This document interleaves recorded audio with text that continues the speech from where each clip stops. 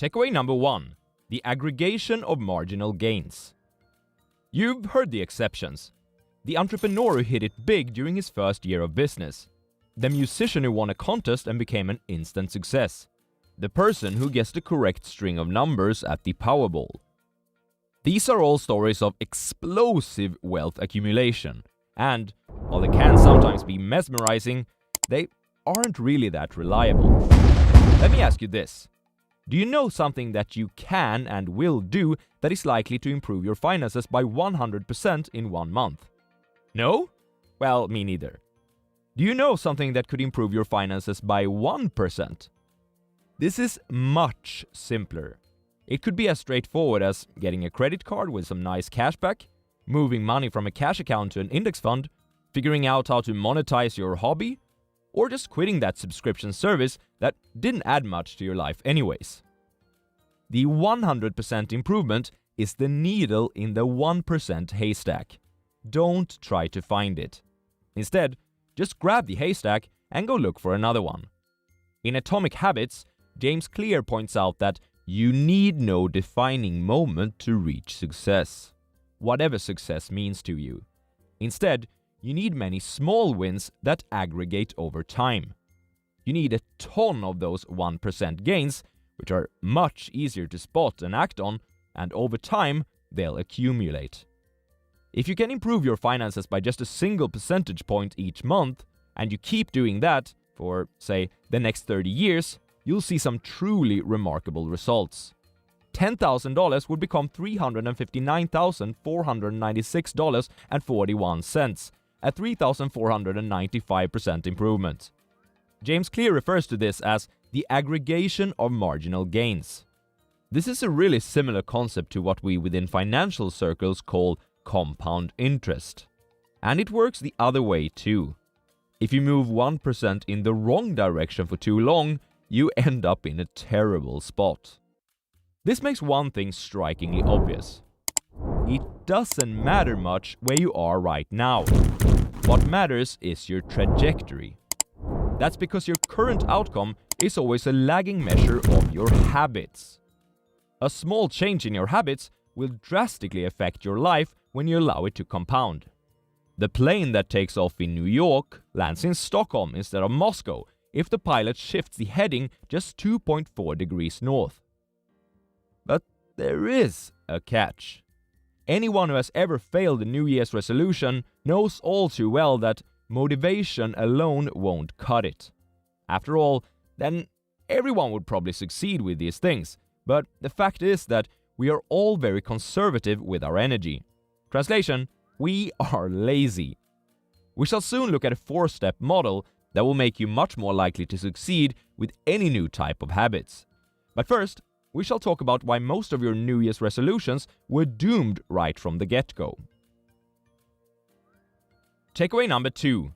Systems greater than goals. Conventional wisdom tells us to set SMART goals. That's S-M-A-R-T with capital letters. Specific, measurable, achievable, relevant, and time-bound. If we follow this advice, your smart New Year's resolution might look something like this. By the end of this year, I will make sure that my savings account holds $20,000. It does sound like a good idea, but James Clear explains that even smart goals are actually dumb, especially for achieving long-term success and aggregation of marginal gains. Here's why. Goals are, per definition, only temporary change. $20,000 is quite a bit of money, but it's no match for a spendthrift to burn through. Goals are not very motivating. After you've reached your goal, you've won the game. As Warren Buffett likes to ask. And then what? Goals restrict your happiness. In a sense, you are telling yourself that you aren't satisfied until X happens. Happiness shouldn't only be for your future self. Instead, we want to turn that goal on its head and ask the following. What makes it so that I can have $20,000 in my savings account by the end of the year? Take note of the process, the system that will get you there. If nothing pops up, try to think about a person who can get there, imaginative or real. What does this person do on a daily basis? And, just as importantly, what does this person not do? This person probably doesn't wait until the end of the month to see if there's some money left over to put towards investments, but rather, that's the first thing he does when he gets his paycheck. He probably doesn't watch too many reality series, but instead, he consumes information that makes him wiser and that benefits him in the long run. Moreover, he doesn't invest aimlessly, picking up the stocks of the latest fad that his colleagues at work recommended or that he heard about on Reddit. Instead, he invests with a purpose and a strategy. Do you think that a person with these habits, with this system, can accumulate $20,000? Of course, and he doesn't even have to set it as a goal. He will reach it anyways because he already knows how to play.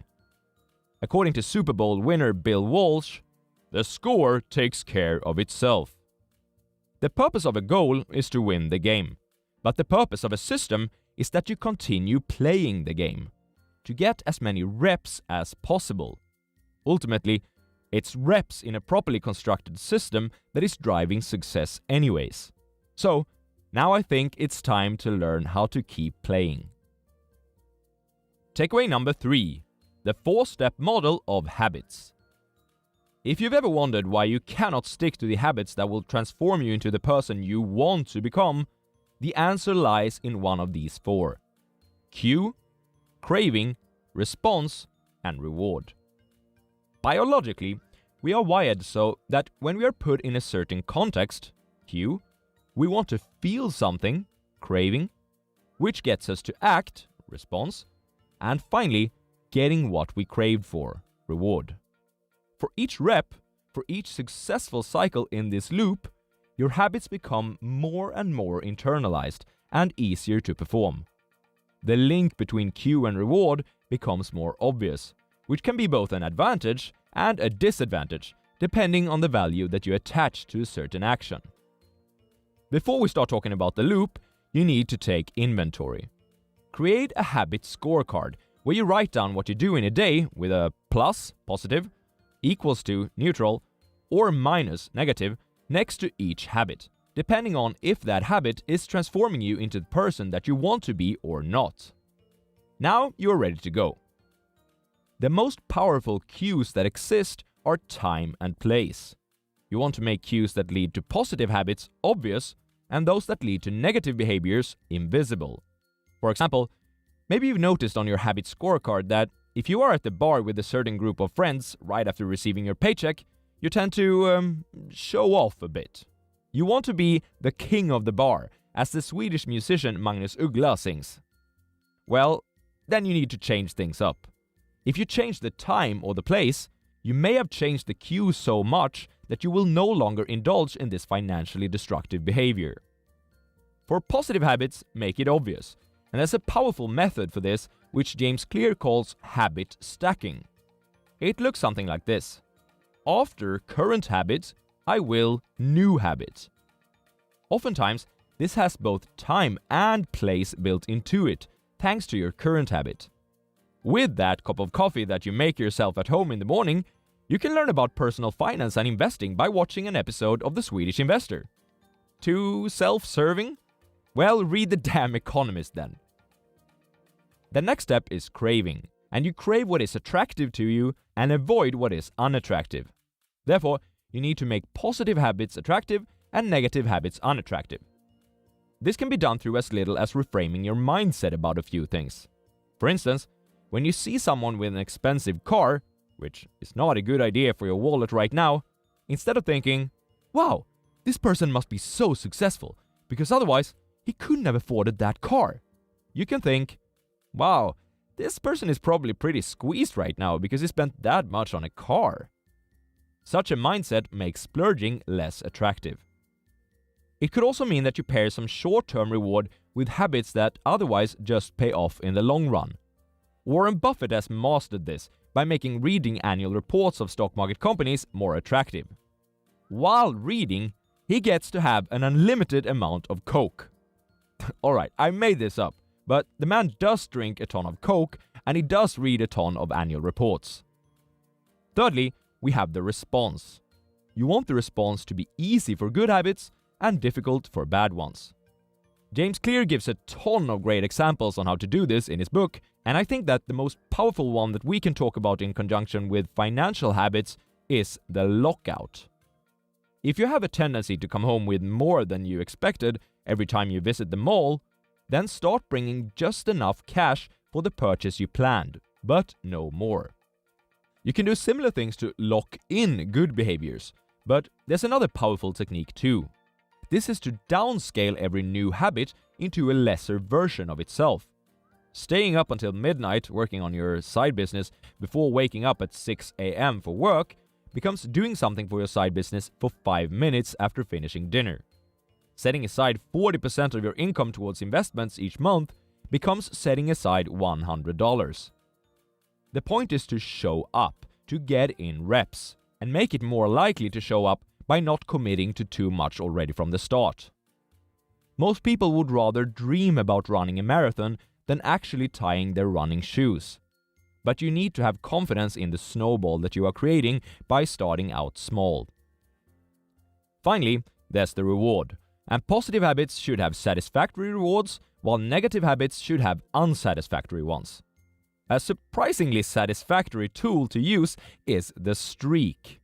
It also works in the opposite direction. I truly hate breaking my streaks. The key word here is visuals. Put up an almanac on your fridge and make a clear green check mark on every day that you, for instance, did not end up with your hand in the cookie jar, i.e., taking money out of your investment account for personal consumption. If you did, however, make a big red cross. But do not miss twice. If you can get these 4 right, you are much more likely to stick with the habits that you wish to have and avoid those that you do not want. And there's something that might be even more powerful that you can do. Takeaway number 4. Rooting your habits in the deepest layers. There are 3 layers of change: outcomes, processes, and identity. We've concluded that processes or systems are more powerful than outcomes or goals, but the most powerful habits have their roots in the deepest of the layers: identity. Here's an example. I'm trying to quit smoking. I'm not a smoker. Which one do you think is more powerful? Another one. I want to save $20,000. I am an investor. It's one thing to say that you want this, and a whole other story to say that you are the person who is this. People hate contradicting themselves to such a degree that sometimes they can become completely blind even to facts, just to stick with a certain identity or belief that they've built up over the years. Therefore, you want to choose your identity and beliefs carefully. Habits and identity are a two-way street. Imagine that you have jars of multiple characteristics inside of yourself, some of them even contradicting. Every time you choose a certain action, you are casting a vote for one of these characteristics. This makes some future actions more likely and other actions less likely. Therefore, we cannot talk about these things in a vacuum. Habits and identity live in a constantly reciprocal relationship. Suppose you wish to strengthen your identity in a certain area. In that case, one of the most powerful things you can do is to join a community where many people share the beliefs you are aiming for. Takeaway number 5. 80% exploit, 20% explore. Machiavelli said that men desire novelty to such an extent that those who are doing well wish for a change as much as those who are doing badly. Habits have a certain weakness. They lock you in on a given path. If you are not satisfied with where you are right now, chances are that you need to push a bit to change things up. Meanwhile, if you are content with where you are right now, you needn't change much. Repeat what works. However, as Machiavelli says, even people on an obviously successful path will eventually reach an obstacle: boredom.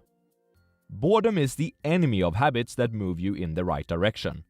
Sooner or later, these habits will lose their shine, just like that shirt you used to love, now hanging in the back of your wardrobe.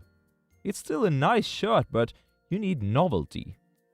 James Clear suggests that there must be a balance here. If you are going where you want to, exploit or repeat what works 80% of the time, but do not forget to explore for the remaining 20%.